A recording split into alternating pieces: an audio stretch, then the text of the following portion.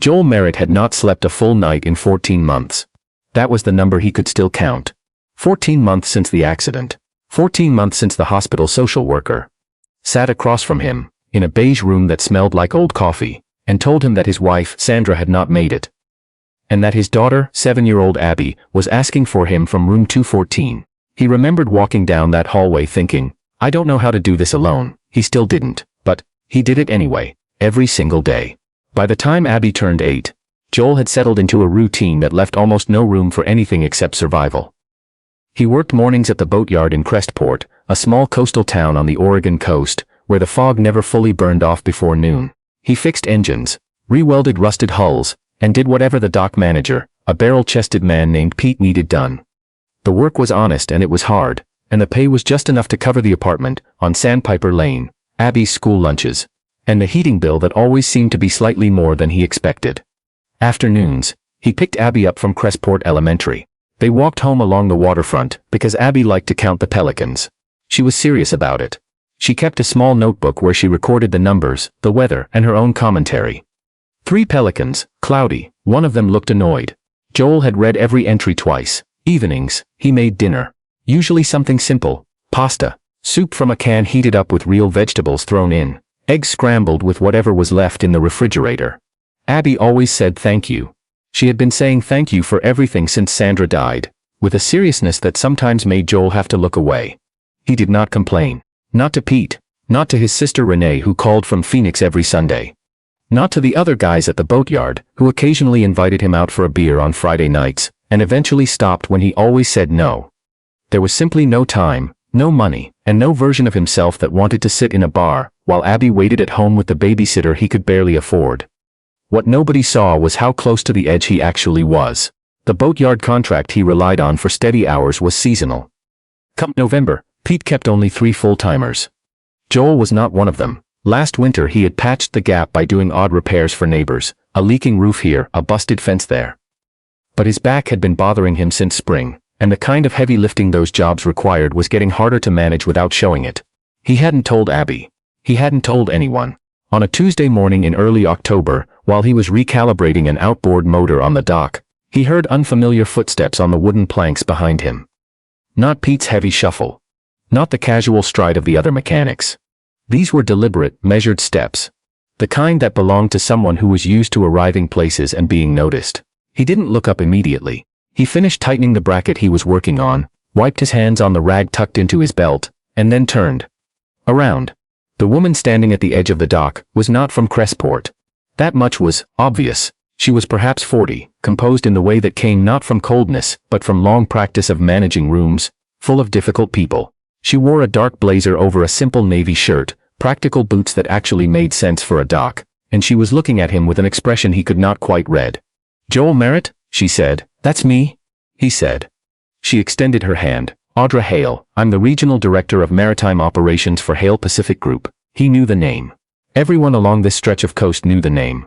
Hale Pacific had purchased 3 of the larger commercial fishing operations in the area over the past 2 years. People had opinions about that. Some thought it was modernization. Others used words that couldn't be printed in the Crestport Courier. Okay, he said, and shook her hand. Audra glanced around the boatyard briefly, then back at him. My father grew up here.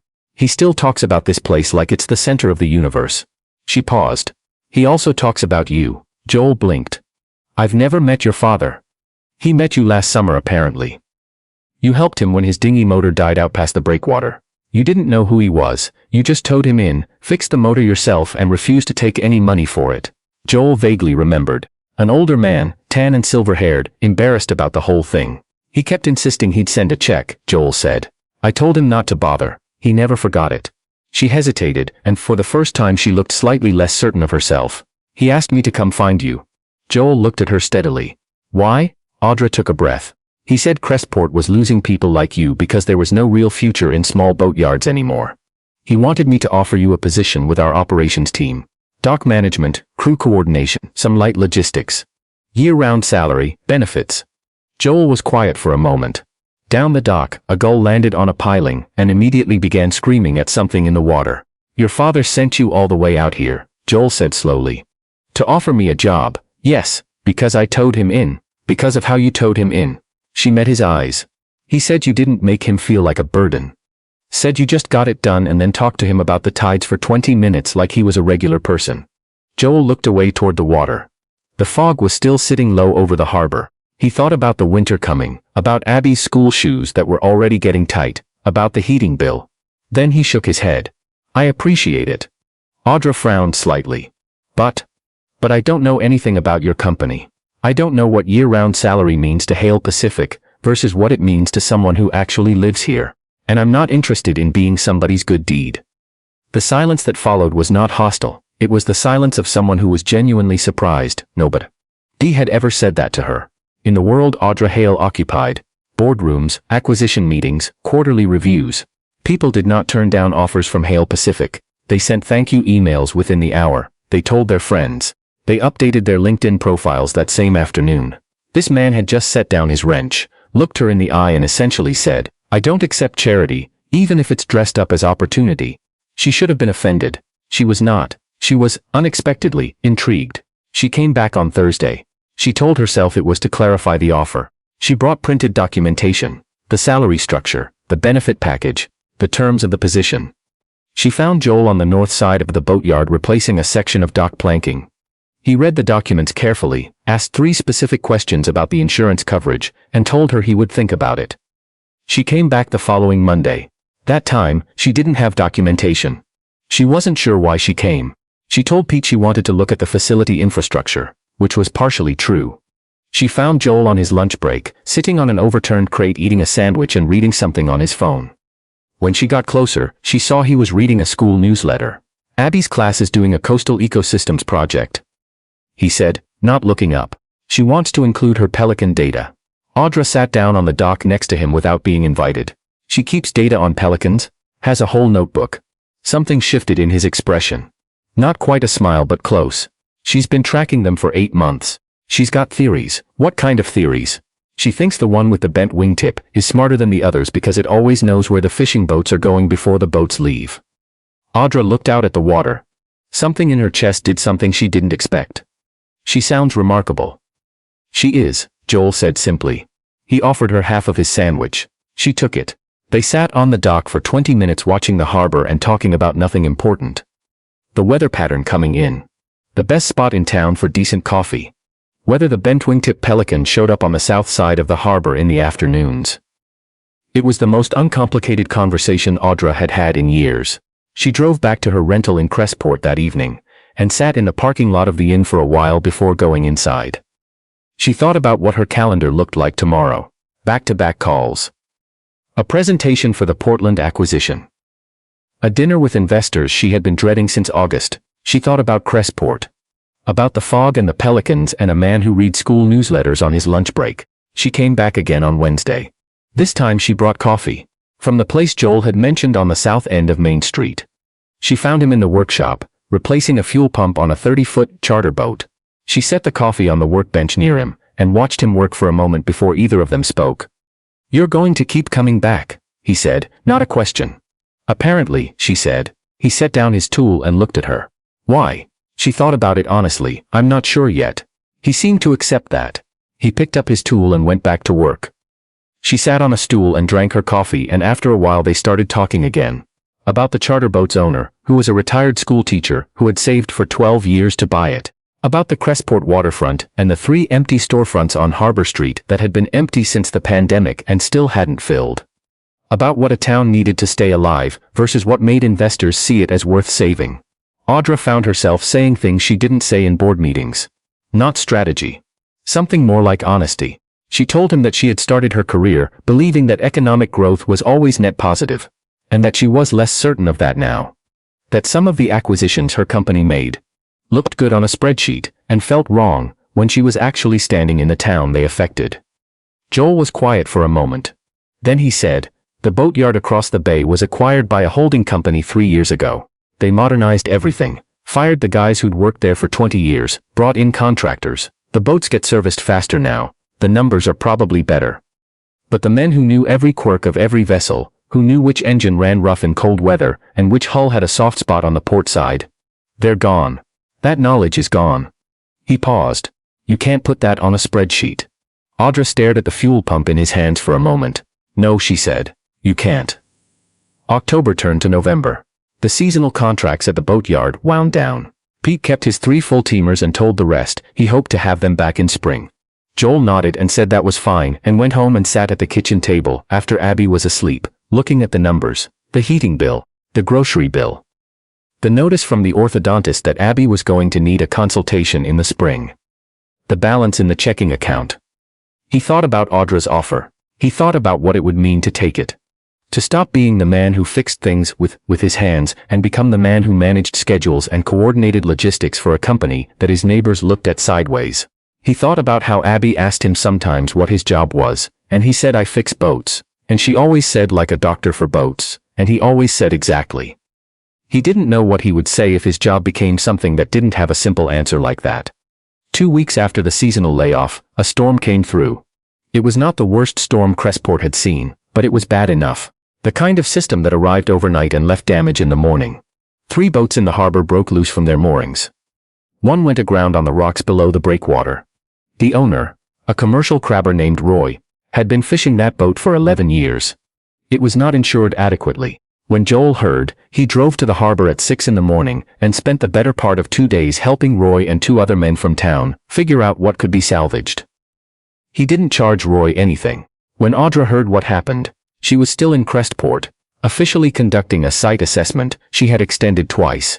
She went to the harbor and found Joel on the second day, covered in grime, helping drag equipment off the damaged hull. She didn't say anything. She took off her blazer, rolled up her sleeves, and helped. Neither of them talked about it afterward, but something shifted between them, in the way that things shift between 2 people who have done difficult work together without needing to discuss it. That evening, Audra found Joel sitting on the dock after Roy had gone home. He was drinking bad coffee from a thermos and looking at the damage still visible in the low tide. She sat down next to him. "You're going to tell me you've decided about the job," he said. "You've decided," she corrected. "I'm just waiting." He was quiet for a while. A light moved slowly across the mouth of the harbor, a fishing boat heading out early for the morning run. "I'll tell you what I told Abby when she asked me if we were going to be okay," he said finally. "I told her we're not okay right now, but we're going to be. There's a difference." Audra looked at him. "What's the difference? Right now is a fact. Going to be is a decision." She was quiet for a long time. Then she said, "The job offer is real. The salary is fair. I verified it against regional wages before I put it in front of you because I knew you would check." She paused. "But I want to say something that has nothing to do with the job." Joel waited. "I came here because my father asked me to. That's true. But I kept coming back because..." She stopped. Tried again. "I have spent 15 years building something that impresses people who are impressed by the same things I am. And I am very tired of only being understood by people who think the same way I do." She looked at the water. "You don't think the same way I do." "No," he agreed. "And you're not trying to impress me." "No." She almost smiled. "It's disorienting, I can imagine." They sat there for a while longer. The fishing boat's light disappeared around the headland. The fog was starting to come in. "The job," he said at last. "Yes, I'll take it, on one condition." She raised an eyebrow. "You come to Crestport to do site visits at least twice a year, in person. Not on a call, not sending someone from the Portland office. You, here." She looked at him for a moment. "That's a strange condition. I want Hale Pacific to actually know what this place looks like," he said. "Not from a report." She held his gaze. Agreed. What neither of them said, sitting on that dock in the November fog, was that the condition was only partly about the town. Joel started the position in January. It was harder than expected in ways he hadn't anticipated and easier in others. He was good at the logistics. He had always understood systems, the way one thing connected to the next.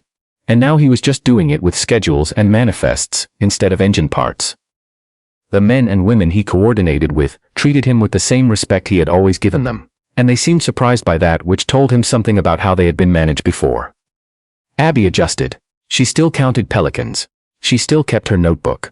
One afternoon in February she told Joel she had seen Audra's car parked on the waterfront, and Joel said yes, she was in town for a site visit. Abby thought about this for a moment and then said, very matter-of-factly, "She should come to dinner." "You think so?" Joel said. "She always looks like she hasn't eaten anything warm in a long time," Abby said, with the direct authority of someone who had given this genuine consideration. Audra came to dinner. Joel made pasta, the good kind, with homemade sauce from the tomatoes he had put up at the end of summer. Abby showed Audra the Pelican notebook with the seriousness of a scientist presenting findings, and Audra asked specific, real questions and wrote notes on a small pad she pulled from her pocket. Afterward, Abby told Joel that Audra was probably smart. Probably, Joel agreed. And she ate 2 helpings, Abby added. So she liked the food. I'll pass that along, Joel said. Spring came slowly, the way spring comes to the Oregon coast, gray and stubborn, and then suddenly, between one week and the next, soft and green. The boatyard came back to life. Roy's boat had been repaired over the winter with help from a community fund that Audra, entirely without announcement, had arranged through a Hale Pacific Community Investment Program. Roy did not know who had arranged it. Joel did. He had not told Audra that he knew, and she had not brought it up. Some things didn't need to be said. On a Saturday morning in April, Audra arrived in Crestport earlier than expected. Joel was outside his apartment building with Abby, fixing a wheel on her bicycle. Audra's car pulled up and she got out and Abby looked up and said, "Hi, Audra," with no ceremony whatsoever. "Hi, Abby," Audra said, in the same tone. Joel looked up from the bicycle wheel. Something about the scene, the unremarkable ease of it, the way both of them simply occupied the same space without adjustment, made something settle in his chest that had not been settled in a long time. "I brought coffee," Audra said, holding up a paper bag from the place on the south end of Main Street. "She remembers the coffee," Abby said to Joel, as if this were decisive evidence of something. It probably was. They spent the morning walking the waterfront. Abby brought her notebook. Audra brought questions about the development proposal that the town council had been arguing over since December. She had read the public record, all 43 pages, and she had thoughts. Joel listened to her lay them out and pushed back on 2 of them and agreed with the rest. And by the time they had walked to the south end of the harbor and back, the proposal looked different than it had when they started. "You should be at that council meeting," Joel told her. "I'm not a resident," she said. "No, but you're actually thinking about what the town needs." He looked at her. "That's rarer than you'd think." She went to the council meeting. She sat in the back. She didn't speak, but several people recognized her, and the council members knew she was there. And the quality of the discussion was noticeably better than it had been the previous 3 meetings. Afterward, Joel and Audra walked back along the harbor in the dark. Abby was home with Renee, who had come up from Phoenix for the week. The fog had come in, but the lights along the dock were warm against it, and the whole waterfront had that particular quality it got on spring evenings, still and slightly luminous. "My father was right," Audra said. Joel glanced at her. "About what?" "He told me Crestport was worth saving." She paused. "He also told me that the reason I hadn't been happy in 3 years was that I had confused winning with living." Joel didn't say anything. "He said that like it was simple," she continued. "It's not simple, no," Joel agreed. "But he's not wrong." She stopped walking. He stopped a step ahead of her and turned. They stood there for a moment in the harbor light. The fog moved slowly around them. Somewhere out past the breakwater, a buoy bell rang once, twice. "I don't know how to do this part," Audra said quietly. "Which part?" "The part where I admit that I've been coming back here for reasons that have nothing to do with site assessments." Joel was quiet for a beat. Then he said, "I know." "And?" He looked at her for a long moment. The buoy bell rang again. "And I think Abby's right. You look like someone who hasn't had a warm meal in a long time. But I think the actual problem is that you've been eating alone." Something shifted in her face. Not quite relief. Something more than that and older. "Yeah," she said softly. "That's probably it." He didn't reach for her hand. He didn't say anything else dramatic. He just turned back toward the dock lights and started walking.